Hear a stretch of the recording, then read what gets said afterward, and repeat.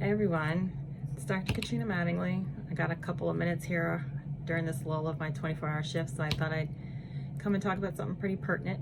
It's about 12:30, so I'm heading into hour number 16, and then after this I have 8 hours to go. So several of my colleagues have come to me and we've been talking about the numbers, the statistics that are coming out across the US, across different states, neighborhoods, cities, regions, communities within the same cities. And one thing that has come out recently is that there is a disproportionate amount of coronavirus deaths within communities of color.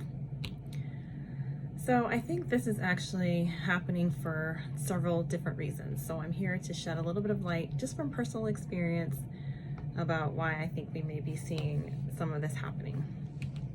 So remember, coronavirus started off the first known case in Wuhan, China. And then the first people to actually begin to spread coronavirus around the world were people that had passports, people that had means to travel internationally, whether that be for business or humanitarian purposes or for leisure.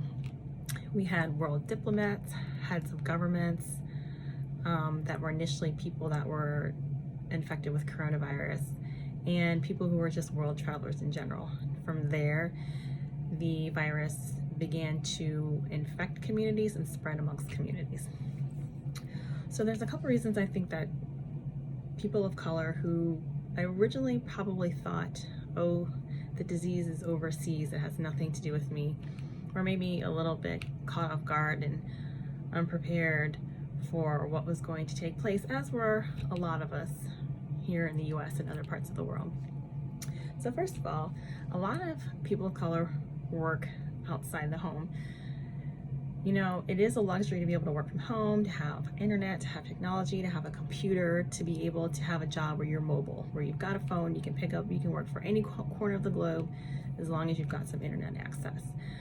A lot of people who are in some service industry jobs or some other essential jobs have to take public transportation. Maybe they don't have cars.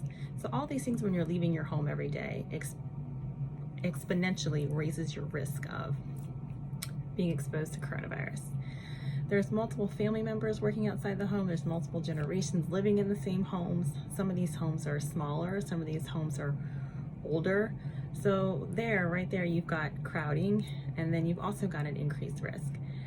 We all know that people of color have increased comorbidities, meaning chronic medical conditions, high blood pressure, heart disease, lung disease, obesity. These are all things that kind of weaken your immune system so that when you do catch the coronavirus, you have a chance of suffering complications.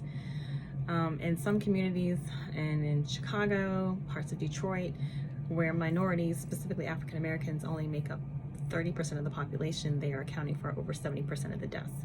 So that's significant. There's also this inherent distrust of the government. You have to remember that historically, we have been used as guinea pigs. So there's this inherent distrust of any information being relayed down from the government or what people may be relaying in public service announcements. We get a lot of our information from each other, and we tend to trust that sometimes more than we trust a credible source or a government source.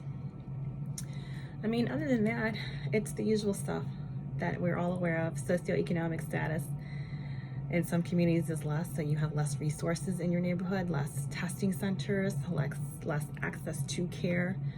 So that makes a difference on who can get tested and when you can get tested. And so when you finally do end up in the emergency department, you may be sicker. All right.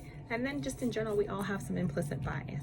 You know, the world, the US, we're all working to try to decrease our implicit biases that we didn't know or exist. And that comes through education and through cultural competency.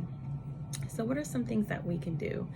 First of all, if you know anyone who is living in these communities that, quote unquote, not following the shelter in place rules, doesn't believe what the government is saying, feels like they are separated from the greater virus at large, talk to them, fill them out, see where their mind's at, give them some statistics. Numbers don't lie, right? So that's a big thing that you can do. Spread reliable information. I feel like sometimes people are much more willing to hear information from somebody they know, as long as it's credible, than they are from an unknown source, even though it may be a trustworthy source. All right, so just remember, everyone, keep doing your part. Hopefully the peak is coming here soon, and we will be on the downward slope after that. The weather is getting beautiful. Everyone's getting ready to get outside, and we're all excited about that.